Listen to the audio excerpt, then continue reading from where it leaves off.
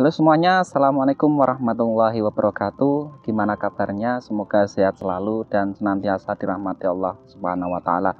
Pada kesempatan kali ini, saya ingin berbagi tentang sebuah kisah yang bercerita tentang keutamaan membaca sholawat kepada Rasulullah Shallallahu Alaihi Wasallam. Namun sebelum itu, untuk membantu agar channel ini senantiasa bisa memberikan informasi yang bermanfaat, silahkan klik like dan subscribe. Juga sebarkan video ini supaya manfaatnya bisa menyebar kepada orang banyak. Pada suatu hari, ada seorang perempuan yang mendatangi Hasan al-Basri, di mana perempuan tersebut ternyata memiliki anak dan anaknya itu telah meninggal dunia. Perempuan tersebut pun mengatakan kepada Hasan al-Basri, "Wahai Hasan al-Basri, saya memiliki putri yang telah meninggal dunia. Saya telah berdoa siang dan malam agar saya bisa melihatnya dalam mimpi. Akan tetapi meskipun saya sudah berdoa, saya belum saja bisa bertemu dengannya." Mendengar keluhan tersebut, Hasan al-Basri pun mengatakan kepada perempuan tersebut bahwasanya hendaknya dirinya selepas sholat isya supaya mengerjakan sholat 4 rakaat.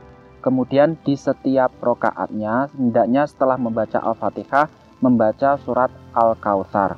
Setelah sholat, hendaknya ibu tersebut beranjak tidur dan selama hendak tidur itu, hendaknya dia membaca sholawat kepada Rasulullah SAW secara terus-menerus, kemudian berharap agar di dalam tidurnya bisa mimpi dan bertemu dengan putrinya.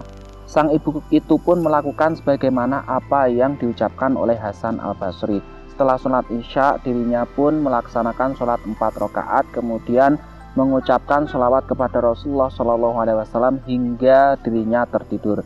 Dan benar saja dalam mimpi dia bertemu dengan putrinya. Namun dia sedih dengan keadaan putrinya karena pada saat di mimpi tersebut dia melihat putrinya dalam keadaan tangannya terbelenggu dan putrinya itu seakan berada di dalam api neraka dalam siksaan yang sangat pedih. Kemudian sang ibu itu pun kembali menemui Hasan al-Basri dan mengadukan sebagaimana apa yang dia lihat di dalam mimpinya. Bahwasanya dia melihat bahwasanya putrinya itu sedang berada dalam keadaan tersiksa. Dan sang ibu itu pun ingin agar putrinya itu terhindar dari siksaan itu sesegera mungkin.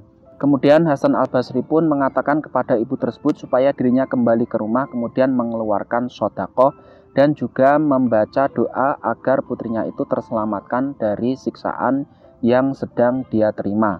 Kemudian sang ibu itu pun dengan menangis dia kembali ke rumah dan dia melaksanakan sebagaimana apa yang diucapkan oleh Hasan al-Basri. Dia memberikan sedekah dan dia pun berdoa siang dan malam supaya putrinya tersebut terbebas dari siksaan yang sedang dialaminya.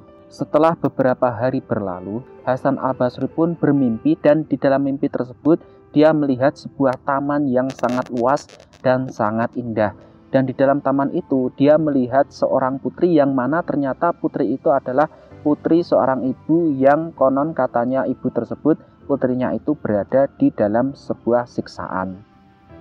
Hasan al-Basri pun bertanya kepada putri tersebut, "Wahai putriku, apa yang sebenarnya terjadi kepadamu?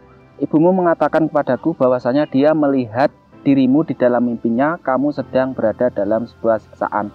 Akan tetapi sekarang aku melihatmu, kamu berada dalam sebuah kenikmatan."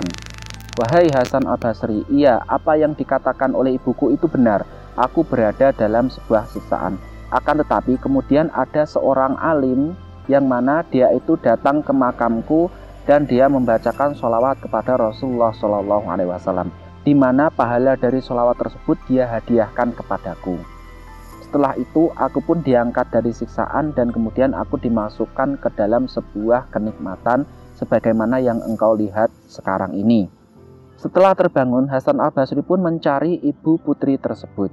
Kemudian dia pun menemukan ibu tersebut dan Hasan al-Basri menceritakan sebagaimana apa yang dia lihat dalam mimpinya, bahwasanya putrinya tersebut telah diangkat dari siksaan dan dia telah berada dalam kenikmatan yang sangat luar biasa.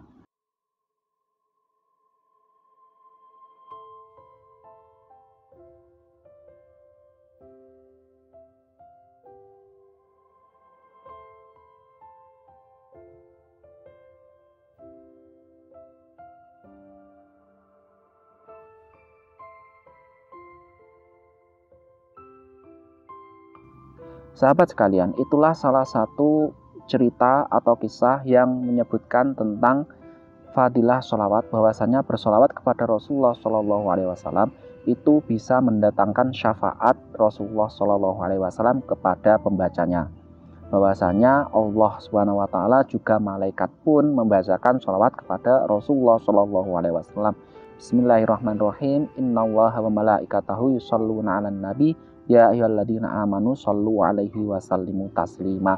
Karena bacaan sholawat itu tidak hanya kepada Nabi, akan tetapi dari bacaan tersebut pun itu bakalan kembali kepada kita. Artinya ketika kita bersolawat, kita sebenarnya sedang mendoakan diri sendiri.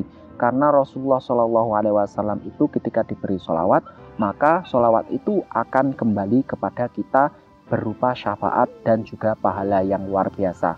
Tidak hanya di akhirat kelak, akan tetapi juga di dunia ini.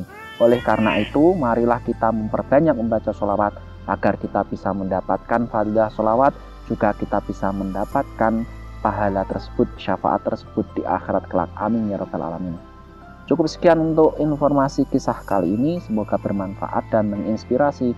Jangan lupa untuk senantiasa mendawamkan atau meneruskan bacaan sholawat, membiasakan bacaan sholawat agar manfaatnya bisa kita rasakan. Kurang lebihnya mohon maaf. Assalamualaikum warahmatullahi wabarakatuh.